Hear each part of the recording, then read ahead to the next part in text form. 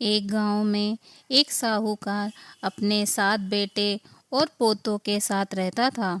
उस साहूकार ने गांव में एक तालाब बनवाया, लेकिन कई सालों तक उस तालाब में पानी नहीं भरा। तालाब में पानी नहीं भरने का कारण जानने के लिए उसने पंडित को बुलाया। पंडित ने कहा कि इस तालाब में पानी तभी भरेगा जब तुम या तो अपने बड़े बेटे या फिर अपने बड़े पोते की बलि दोगे। तो साहूकार ने अपनी बड़ी बहू को पीहर भेज दिया और पीछे से अपने बड़े पोते की बलि दे दी।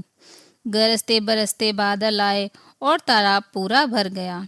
इसके बाद बच बारस आई और सभी ने कहा कि अपना तालाब पूरा भर गया है, इसकी पूजा करने चलो। साहूकार अपने परिवार के साथ तालाब की पूजा करने गया। वह दासी से बोल गया था कि गेहुला को पका लेना। साहूकार का कहने का तात्पर्य यह था कि गेहूं के धान को पका लेना, परंतु दासी इसे समझ नहीं पाई। गेहुला गाय के बछड़े का भी नाम था। उसने गेहुला को ही पका दिया, अर्थात उसने गाय के बछड़े को ही पका दिया। बड़े बेटे की पत्नी भी पीहर से तालाब पूजने आ गई थी। तालाब पूजने के बाद वह अपने बच्चों से प्यार करने लगी। तभी उसे बड़े बेटे के बारे में याद आई और उसने बड़े बेटे के बारे में पूछा। तभी तालाब में से मिट्टी से लिपटा हुआ उसका बड़ा बेटा निकला और बोला, माँ मुझे भी तो प्यार करो। तब सास बहू एक दूसरे को देखने लगी। सास ने बहू को बलि देने वाली सारी बात बता दी। फिर सास ने कहा, बच बारस माता ने हमारी लाज रख ली और हमारा बच्चा वापस दे दिया। तालाब की पूजा करने के बाद जब वह वापस घर लौटी तो देखा बछड़ा नहीं था। साहूकार ने दासी से पूछा, बछड़ा कहाँ गया है? तो दासी ने कहा कि आपने ही तो उसे पकाने को कहा था। साहूकार ने कहा, एक पाप तो अभी उतरा ही है, तुमने दूसरा पाप कर दिया। साहूकार ने पका हुआ बछड़ा मिट्टी में दबा दिया। शाम को गाय वापस लौटी तो वह अपने बछड़े को ढूंढने लगी और फिर मिट्टी खोदने लगी। तभी मिट्टी में से बछड़ा निकल गया। साहूकार को पता चला तो वह भी बछड़े को देखने गया। उसने देखा कि बछड़ा गाय का दूध पीने में व्यस्त था। तब साहूकार ने पूरे गांव में यह बात फैलाई कि हर बेटे की माँ को बच बारस का व्रत करना चाहिए। हे बच बारस माता, आपकी जय हो। आप सबकी मनोकामना पूर्ण करें। आपकी कथा कहने और सुनने वाले और हुंकारा भरने वाले सबकी मनोकामना पूर्ण करें। सबकी संतान को दीर्घायु प्रदान करें और खुशहाल जीवन प्रदान करें। जय हो बच बारस माता। बच बारस की दूसरी कथा।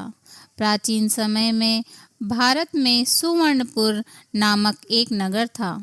वहाँ देवदानी नाम का राजा राज्य करता था। उसके पास एक गाय और एक भैंस थी। उसकी 2 रानियां थीं। एक का नाम सीता और दूसरी का नाम गीता था। सीता को भैंस से बड़ा ही लगाव था। वह उससे बहुत नम्र व्यवहार करती थी और उसे अपनी सखी के समान प्यार करती थी। राजा की दूसरी रानी गीता गाय से सखी और सहेली के समान व्यवहार करती थी और उसके बछड़े से पुत्र के समान प्यार करती थी। यह देखकर भैंस को अच्छा नहीं लगता था, इसलिए एक दिन उसने सीता से कहा, गाय बछड़ा होने पर भी गीता रानी मुझसे ईर्ष्या करती है। इस पर सीता ने कहा, यदि ऐसी बात है तब मैं सब ठीक कर लूँगी। सीता ने उस दिन गाय के बछड़े को काटकर गेहूं की राशि में दबा दिया। इस घटना के बारे में किसी को कुछ भी पता नहीं चलता, किंतु जब राजा भोजन करने बैठा तभी मांस और रक्त की वर्षा होने लगी। महल के चारों ओर रक्त तथा मांस दिखाई देने लगा। राजा की भोजन की थाली में भी मल मूत्र आदि की बास आने लगी। यह सब देखकर राजा को बहुत चिंता हुई। उसी समय आकाशवाणी हुई, हे राजा, तेरी रानी ने गाय के बछड़े को काटकर गेहूं की राशि में दबा दिया है। इसी कारण यह सब हो रहा है। कल गोवत्स द्वादशी है, इसलिए कल अपनी भैंस को नगर के बाहर निकाल दीजिए और गाय और बछड़े का पूजन कीजिए और अपने भोजन में से गाय का दूध व गाय के दूध से बने हुए पदार्थ तथा कटे फलों का त्याग कर दीजिए। इससे आपकी रानी द्वारा किया गया पाप नष्ट हो जाएगा और बछड़ा भी जिंदा हो जाएगा। जब राजा ने उनके बताए अनुसार वैसा ही किया तो गाय का बछड़ा जीवित हो गया। जय गौ माता की, जय बछबारस माता की। हे माता रानी, जैसे आपने उन पर दया की और उनकी मनोकामना पूर्ण करी, वैसे हे बछबारस माता सबकी मनोकामना पूर्ण करना। जय हो माँ।